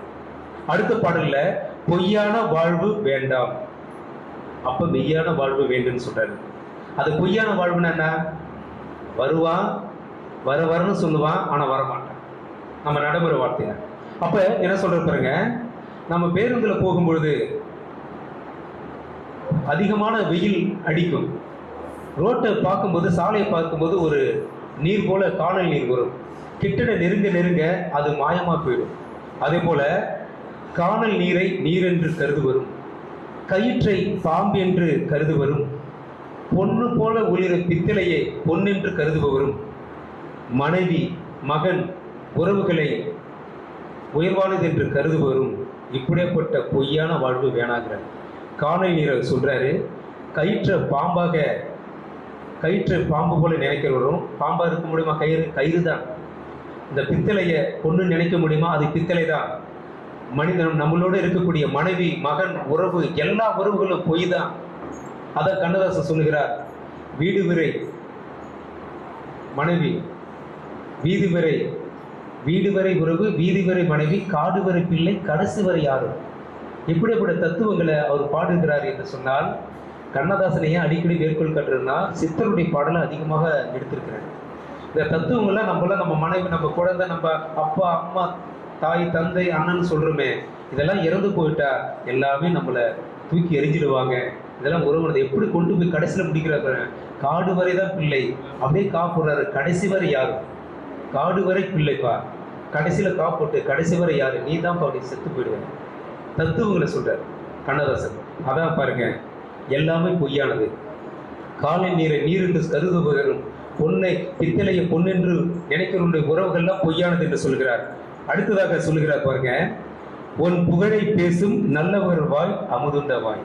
அடுத்த பாடல்கள், ஐயனே உன்னுடைய புகழை பேசுகின்ற செல்வர்கள் வாய் எப்படிப்பட்ட வாய் என்று சொன்னால், அமுதுண்டு, அமுதம் சாப்பிடுவாங்களே, அமுதுண்டு மகிழும் திருவாய் ஆகும். அவருடைய புகழை பேசக்கூடிய, முருகனுடைய புகழை பேசக்கூடிய வாய் எப்படிப்பட்டது என்றால், அமுதுண்டு மகிழக்கூடிய, வாசனை அடிக்கக்கூடிய வாழாக இருக்கும். அதுதான் ஆண்டாள் சொல்கிறார். சங்கியோட பேசுறார். கண்ணனுடைய வாய்ச்சுவையும் நாற்றமும் மறுபூசி கேட்கிறேன், அவனுடைய வாய் சுவை எப்படி இருக்குன்னு சொல்லு அப்படின்னு சொல்றாரு. எப்படிலாம் அவருடைய பாடலை எங்கெங்கெல்லாம் புடையப்படுகிறது பாருங்க. ஆண்டாள் ஐயாவுக்கு முன்னாடி இந்த வாய் எப்படி சொல்றாரு பாருங்க. உனக்கு மட்டும் சங்கே அந்த என்னுடைய காதலிக்கக்கூடிய அந்த கண்ணனுடைய திருவாயில அமர்ந்து அந்த சத்தத்தை எழுப்பக்கூடிய பொழுது என்று காதலுடைய இச்சி உமிழ் படுகிற பொழுது கற்பூர நாருமோ கமலப்பூ நாருமோ அப்படின்னு சொல்றாங்க. தித்தித்து இருக்குமோ மறுபூசி கேட்கின்றேன் மாயவன் வெண் சங்கு ஆண்டாள் சொல்கிறார். அதே போலதான் இங்க என்ன சொல்றாங்க, முருகப்பெருமானை பாடுகிற அந்த பாடலுடைய மெய்யன்பருடைய வாய் அமுதுண்ட வாயின்னு சொல்கிறார். அடுத்ததாக என்ன சொல்கிறார் பாருங்க, முருகனே உன்னுடைய திருவடியை வணங்கினுடைய தலை, அவருடைய பாதங்களை வணங்கிய தலை எப்படியாப்பட்ட தலை என்று சொன்னால் மகுடம் சூடிய தலை என்று சொல்லுகிறார். உன் திருமேனி கண்டு கழிக்கும் கண்கள் எப்படியாப்பட்ட கண்கள் என்று சொன்னால் அருள் ஒளி வீசுகின்ற கண்கள். உன்னுடைய திருவடிகளை முழுக்க முழுக்க பார்க்கக்கூடிய மெய்யன்பருடைய கண்கள் எப்படியாப்பட்ட கண்கள் என்று சொன்னால் அருள் ஒளி வீசுகின்ற கண்கள். அடுத்தது உன்னுடைய புகழை பாடுகிற பொழுது கேட்கக்கூடிய அந்த காது எப்படியாப்பட்ட காது என்று சொன்னால் சுப செய்திகளை கேட்கக்கூடிய காது.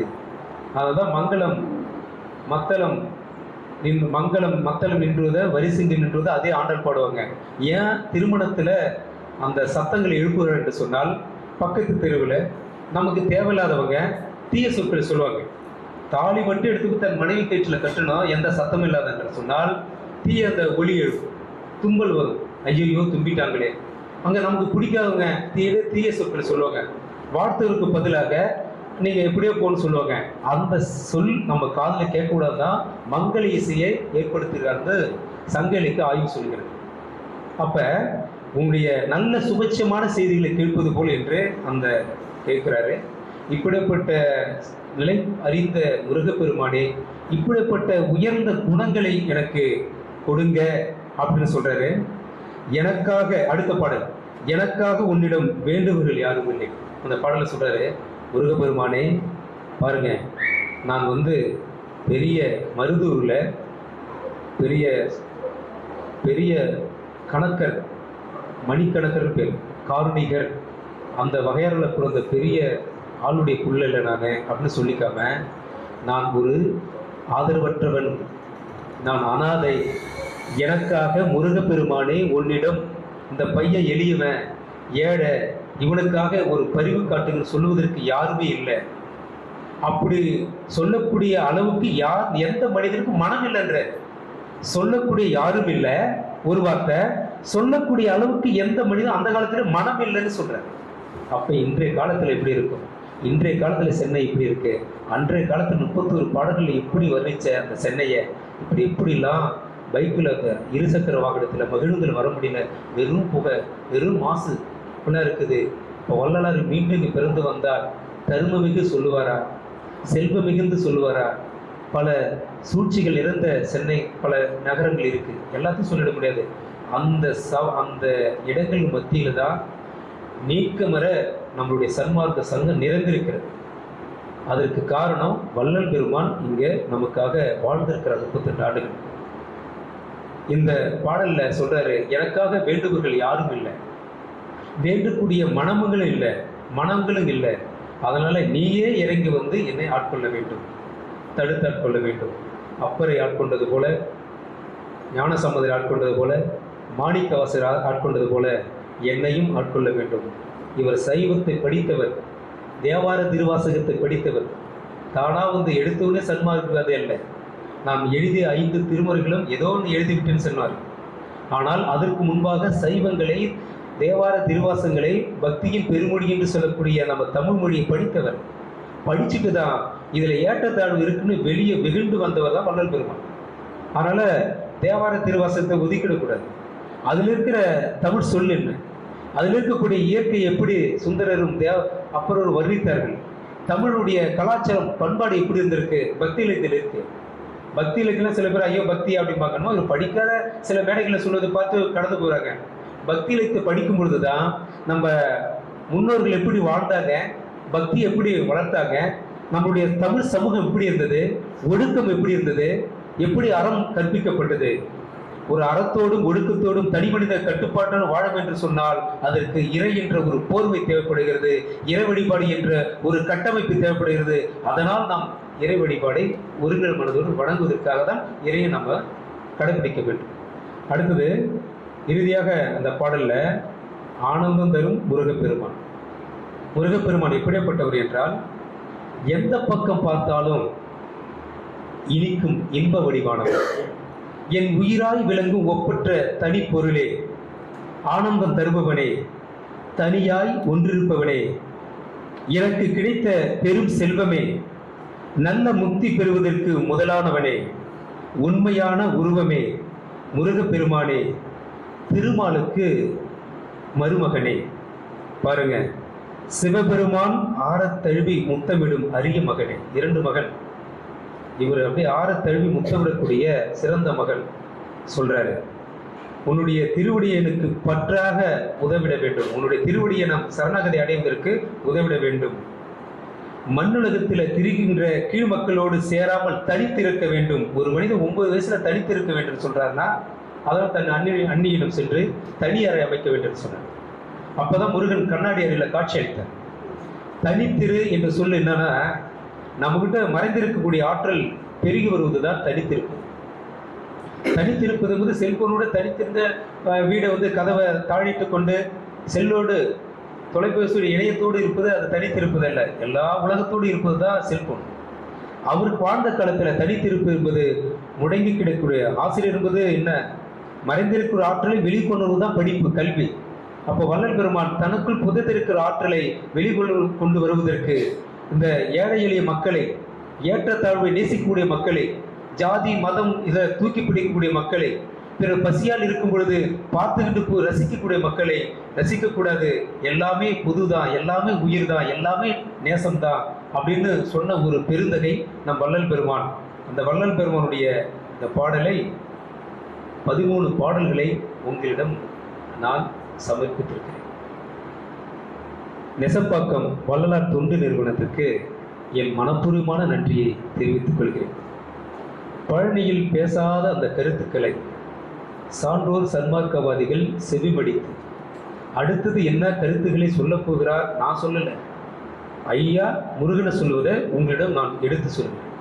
என்ன சொல்லுகிறார் அப்படின்னு கேட்டீங்களே, இதுதான் இப்பொழுதுதான் இந்த கட்டுரை வெற்றி அடைந்திருக்கிறது, உங்கள் மூலமாக வெற்றி அடைந்திருக்கிறது.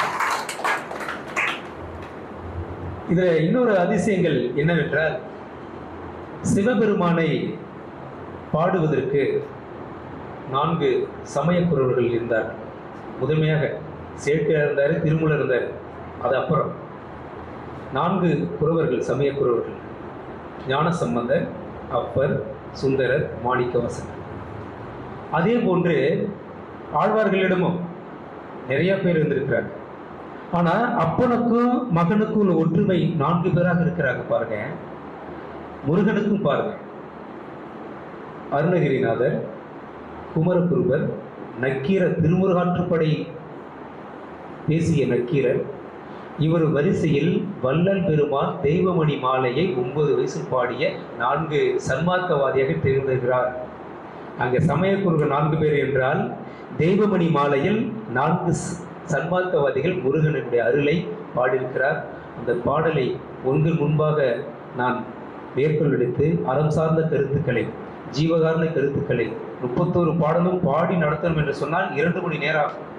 அதெல்லாம் நான் பார்த்தேன். இந்த பாடலை 3 பாடல் 4 பாடல் தான் மாணவர்கள் நாம் கற்பிப்போம்.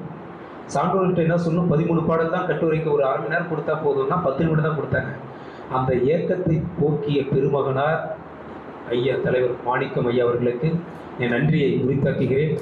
என்னோடு கேட்டு என் செவி என்னுடைய கருத்துக்களை கேட்ட சன்மார்க்கவாதிகளுடைய பொற்பாதங்களில் நான் தலை தாழ்ந்து பணிவான வணக்கத்தினை நன்றி தெரிவித்துக் கொண்டு விடைபெறுகிறேன். நன்றி, வணக்கம். ஜோதி அருட்பெரும் ஜோதி தனிப்பெரும் கருணை அருட்பெரும் ஜோதி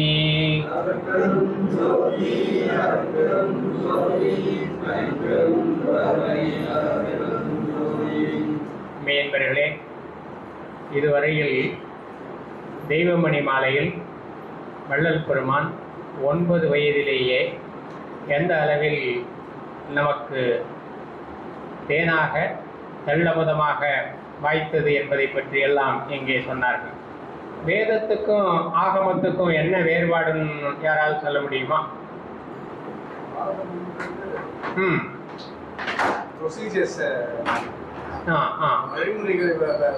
very good very good very good very good.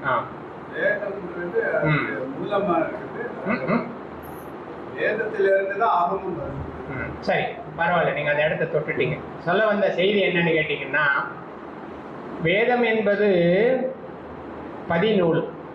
பதிநூல் என்றால் பதியாக, சிவபதியாக, அதிபதியாக இருக்கக்கூடிய பெருமானை பற்றி பேசுவது, அவன் புகழை பாடுவது.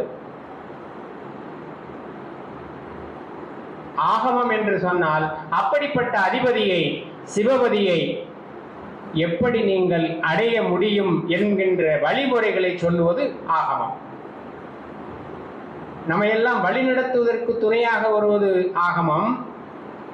நீங்கள் எந்த வழியில் சென்று யாரை பெற முடியும் என்பதற்காக இருக்கின்றாரே, அவர் வேத பொருளாக இருப்பவர் பெருமான். அதை நீங்கள் சென்று சேருவதற்குரிய ஒரு ராஜபாட்டையாக அமைவதுதான் ஆகமமாகும். இந்த தெய்வமணி மாலையில் என்ன ஒரு சிறப்பு அப்படின்னு சொன்னீங்கன்னா, வெறுமனே அவர் அதிபதியாகவோ சிவபதியாகவோ விளங்கக்கூடிய பெருமானை பற்றி மட்டுமே அவர் பேசவில்லை. எப்படி நீங்க அவரை போய் பெற வேண்டும் என்பதையும், எப்படி இருந்தால் நீங்கள் உங்களுடைய வாழ்வில் எல்லா வெற்றிகளையும் பெற முடியும் என்பதையும், அது முக்தியாக இருந்தாலும் சரி, சித்தியாக இருந்தாலும் சரி, சுகமான வாழ்வாக இருந்தாலும் சரி, வளமான வாழ்வாக இருந்தாலும் சரி, எப்படி சாத்தியம் என்கின்ற அந்த வழிகாட்டுதல் நெறிகளை அங்கே சொல்லுகிறார். அதுதான் ஒரு சிறப்பாக இருக்கிறது. ஏன்னு கேட்டீங்கன்னா, இப்ப பெருமானை பற்றி, சிவபெருமானை பற்றி சிவமே பொருள் என்று தேற்றி உங்களை விட வேற யாரும் இல்லை அப்படின்னு சொல்றதுக்கோ, எல்லாம் நீங்க தான் கொடுக்கணும் அப்படின்னு சொல்றதுன்றது அந்த பொருளாக அமையும். ஆனா நமக்கு என்ன வேணும்? அந்த பொருளை எப்படி அடைய முடியும் இல்லையா? அதுதான் நமக்கு வேணும். இப்ப காட் இஸ் கிரேட், எல்லாரும் அதான் சொல்லிட்டு இருக்கிறாங்க. நம்ம how you become great, how you are able to reach his lotus feet, அதுதானே நமக்கு வேணும் இல்லையா? அந்த செய்திகளை எல்லாம் நிறைய அடக்கி சொல்லியிருக்கக்கூடிய இடம்தான் தெய்வமணி மாலை. அதுல ஈ என்று யானொருவர் இடம் நின்று, ஈ என்று யானொருவர் இடம் நின்று கேளாத இயல்பும் புதகையில். இந்த யார்கிட்டையும் போய் என்ன கேட்கக்கூடாது? எனக்கு ஒன்றும் இல்லைன்னு கேட்கக்கூடாது. ஈ என்று யானொருவர் இடம் நின்று கேளாத இயல்பும், என்னிடம் ஒருவர் ஈது இடு என்ற போது அவர்க்கு இலை என்று சொல்லாது இடுகின்ற திறமும்,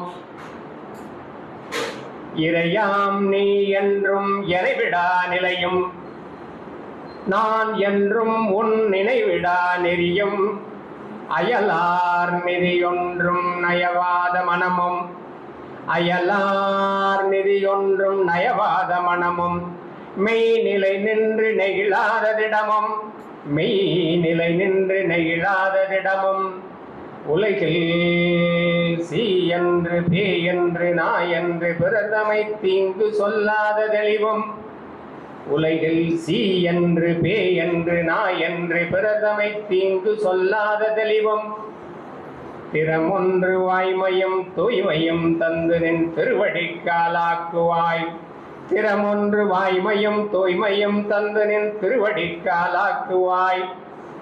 எப்படிலாம் இருக்கணும், எதெல்லாம் விட்டுறணும்? பெருமானுடைய திருவடியை விட்டுறக்கூடாது. அவர் சொல்றாரு பாருங்க, என்றும் உன் நினைவிடா நிலையம். அந்த நம்ம போற நெறி அவரை எப்பவும் நம்ம மறந்துடாத மாதிரி இருக்கக்கூடிய நெறியா இருக்கணும்னு சொல்லி சொல்றாரு. அதே நேரத்தில் பெருமான்கிட்ட சொல்றாரு பாருங்க, நீ என்னை விட்றாத பார்த்துக்கோ அப்படின்னு சொல்றாரு. அதுதான் ஒரு சிறப்பு. நமக்கு என்னென்னலாம் நீங்க வேணும், எப்படிலாம் இருக்கணும்ன்ற சொல்லிட்டு அந்த பொறுப்பை நம்மகிட்ட மட்டும் கொடுக்கல. நீ என்றும் என்னை விடா நிலையும், நீ என்னை விட்டுறக்கூடாதுப்பா. ஏன்? நம்முடைய இதெல்லாம் வெறுமனே முயற்சியும் பயிற்சியும் மட்டும்தானே இல்லையா? அவருடைய கருணை இறங்கி வந்திருந்த பட்சத்தில் தொட்டதெல்லாம் தொடங்கும் இல்லையா? அவன் அருளாலே அவன்தால் வணங்கி அப்படின்றதுக்காகத்தான் என்றும் நீ என்னை விடா நிலையும், நீ என்னை விட்டுறக்கூடாது. அந்த மாதிரி ஒரு நிலை எனக்கு வேணும். நீ என்னை விட்டுறக்கூடாது. எப்ப நான் உன்னை நினைச்சுன்னு இருக்கிறேன்றதுக்கு சாத்தியமே எப்பன்னா நீ என்னை விட்டுறாம இருந்தீங்கன்னா தான் சாத்தியம். வெறுமனே சடங்காக சம்பிரதாயமாக இல்லாமல் அவரை ஒவ்வொரு நாளும் சத்தியமாக உள்வாங்கிக் கொள்பவர்கள் என்ன நினைப்பாங்கன்னா, பெருமானே உன்னுடைய கருணையாலே தான் நான் உன்னை வழிபாடு செய்கிறேன், உன்னுடைய கருணையால் தான் நான் உன்னை வழிபாடு செய்கிறேன் அப்படின்றதையும் ஒரு பதிவாக சொல்லக்கூடியவங்க அவங்க பெறக்கூடிய பயன்களை பலன்களை கொஞ்சம் எளிதில் பெறக்கூடியவர்களாக அமைவார்கள். நான் ஏதோ வழிபாடு பண்றேன், அந்த வழிபாடு உனக்கு பிடிக்கும் அதனால அப்படி இல்லை. அந்த வழிபாடே உன்னுடைய கருணையால் தான் நடக்கிறது. அந்த வழிபாடை நான் சரியாக செய்ய முடியும் என்று சொன்னால் அது உன்னுடைய கருணையால் தான் நடக்கிறது என்கின்ற விண்ணப்பத்தையும் அந்த பெருமானுடைய திருவடியில் சமர்ப்பணம் செய்வோமையானால் நம்ம வழிபாட்டுக்கு பதில் கிடைக்கும். நம்ம என்ன வழிபாடு என்ன, வேற என்ன கேட்க போறோம்? நமக்கு என்ன வேணுமோ அதெல்லாம் கேட்போமா இல்லையா? இல்லை ஒண்ணுமே கேட்காம இருப்போமா? நிச்சயமா கேட்போம். அப்படி வச்சுக்க மாட்டார் சாமி எப்பவுமே. எப்படியாவது ஏதாவது நமக்கு ஏதாவது ஒரு சின்ன குறையாவது வச்சிருப்பார். வச்சுட்டு அந்த குறையை நாம் நிறைவு செய்ய வேண்டும் என்பதை நோக்கிய பயணமாகத்தான் நம்ம வாழ்வை அமைத்து கொடுப்பார் இல்லையா? எல்லாம் நிறைஞ்சிச்சு, எல்லாம் complete in all respects in all shape அப்படின்னா வாழ்வு சுவையாக இருக்காது. ஏதாவது ஒரு போராட்டம், ஏதாவது ஒரு குறை, ஏதாவது ஒரு முயற்சி நிச்சயமாக இருக்குமே. ஆனால் தான் நம்ம அவர்கிட்ட சொல்ல போகும்போது, என்னப்பா நீ என் மீது எப்போது இந்த கருணையை தருவதற்காக இருக்கிறாய் என்கின்ற சிந்தனையின் ஊட்டமாகவே தான் எல்லாமே போயிட்டு இருக்கும். அந்த வகையிலே தெய்வமணி மாலையில் இந்த ஒரு பாடலே பார்த்தீங்கன்னா யாருக்கிட்டையும் போய் நான் கையேந்து நிற்கக்கூடாதுன்றது, யார் கேட்டாலும் நான் இல்லைன்னு சொல்லக்கூடாது அப்படின்றது, உன்னையே நான் எப்பவும் விட்டுறக்கூடாது, அதே மாதிரி நீ என்னை விட்டுறக்கூடாது அப்படின்றது வாய்மையும் தூய்மையும் தந்து. வாய்மையும் தூய்மையும் இருக்கிற இடத்துல நிச்சயமா தெய்வம் இருக்கும். இந்த தகுதிப்பாடுகளை எல்லாம் நீ எனக்கு தருவையானால் நான் நிச்சயமாக உன்னை எளிதில் பெறுவேன் இல்லையா? இந்த தகுதிப்பாடுகள்லாம் இருக்கும், நிச்சயமா நமக்கு எப்படி கிடைக்காம இருக்கும்? நான் எப்படி இருக்கணும் அப்படின்றதையும் கேட்கிறாரு பாருங்க. நீ எல்லாம் எனக்கு எல்லாமே கொடுக்கணுன்ற மாதிரி கேட்காம நான் எப்படிலாம் ஏன்னா நீங்க அந்த மாதிரி இருந்தீங்கன்னு வச்சுக்கோங்க, உங்களுக்கு அது எளிதில் சித்திக்கும். உனக்கு பிடித்த வண்ணமாக நான் இருப்பேனேயானால் நிச்சயமா பெருமான் உங்களுக்கு அருள் செஞ்சுதானே தீரணும். அந்த வகையில் ஒரு ராஜபாட்டை நமக்கு போட்டு கொடுத்திருக்கிறார் என்று சொல்லி இந்த மாலை பொழுதில் வந்திருக்கக்கூடிய உங்கள் பொன்னார் திருவடிகளை வணங்கி இங்கே தன்னுடைய அருமையான சொற்பொழிவால் அமர்ந்திருக்கக்கூடிய அன்பிற்குரிய ஐயா ராஜீவ்காந்தி அவருடைய திருவடியை வணங்கி தொடர்ந்து வாருங்கள் என்று சொல்லி சிறப்புகள் வாசிப்பதற்காக அன்பிற்குரிய அடியார் குமரேசன் அவர்களையும் அன்பிற்குரிய அடியார் புகழேந்தி அவர்களையும் அழைத்து அமைகிறேன். 35 சிறப்பு.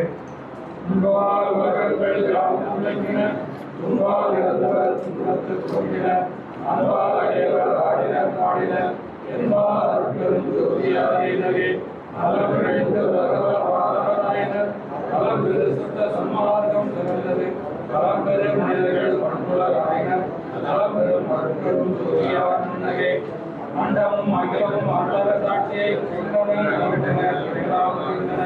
மண்டங்கள் வைத்தன பண்டன உள்ளத்தில் எந்தகள் அருட்கரும் ஜோதியாரிலே குணங்கள் சிறந்தன குற்றங்கள் அகன மனங்கள் உரைக்கின வாழ்வுகள் நோக்கின இடங்களெல்லாம் அமைப்பிற்கு துவங்கின இணங்க அருட்கரும் ஜோதியாரிலே பத்தர்கள் பாடின படைந்து பாடின புத்தர்கள் மெய்ப்பொருள் முன்னி மகிழ்ந்தனர் சித்தர்கள் ஆனந்தத்துடன் உள்ளனர் சுத்த அருட்கரும் ஜோதியா தோன்றவே எழுத்தர்கள் மனம் உணர்ந்தவர்கின்றன அருட்பெரும் தன்மம் ஆகிய அருட்பெரும் சீரன் உள்ளத்து அருட்பெரும் ஜோதி அருட்பெரும் ஜோதி அருட்பெரும் ஜோதி அரசியல் நெகிசா அருட்பெரும் மறைவார் சிவாதியாவதி ஆகமதி ஆகம அடிமேல் ஆகம அடிமேல் ஆகமதி அருட்பெரும் இயலை வைத்தாய் ஆகமலை மறைவாய் ஆகமலை கொடுத்திய அருட்பெரும் ஜோதி இறைவனார் கடந்த ஒருவரின் வெளியே அரசியல் அருட்பெரும் ஜோதி மூக்கமும் சர்ச்சியும் உலகம் ஆகையும் ஆகாமி அருளிய அருட்பெரும் ஜோதி ஒன்றரை எட்டரை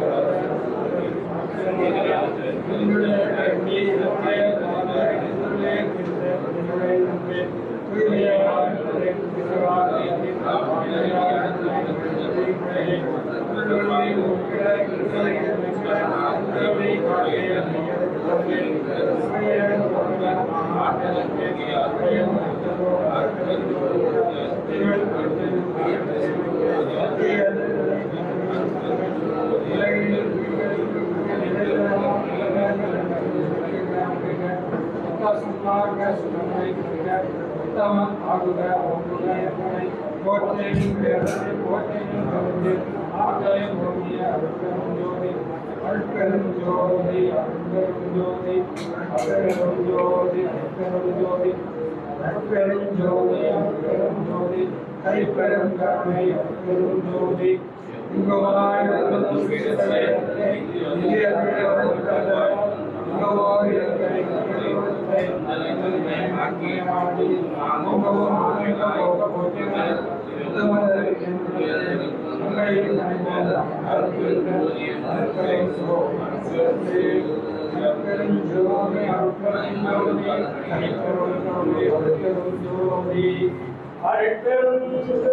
ஜோதி ஜோதி ஜோதி பரம் ஜோதி ஜோதி ஜோதி அருள் ஜோதி ஜோதி ஜோதி சிவம் வாம ஜோதி சோம ஜோதி வான ஜோதி ஞான ஜோதி மாக ஜோதி யோக ஜோதி வாத ஜோதி நாத ஜோதி ஏம ஜோதி व्योम ஜோதி ஜோதி வீர ஜோதி ஏக ஜோதி ஏக ஜோதி ஏக ஜோதி ஏக ஜோதி ஆதி நீதி வேதனே ஆடல் நீடு பாதனே வாதிஞான போதனே வாழ்க வாழ்க நாதனே வாதிஞான போதனே வாழ்க வாழ்க நாதனே அற்பருஞ்சோதி அற்பருஞ்சோதி தனிப்பெரும் கருணை அற்பருஞ்சோதி எல்லா உயிர்களும் இன்புற்று வாழ்க வள்ளல் மலரடி வாழ்க வாழ்க சர்க்குருநாதா சர்க்குருநாதா சன்மார்க்க சங்கம் தழைக்க அருளாதா திருவருட் பிரகாச வள்ளலா தெய்வ திருவடிகளே சரணம் சரணம்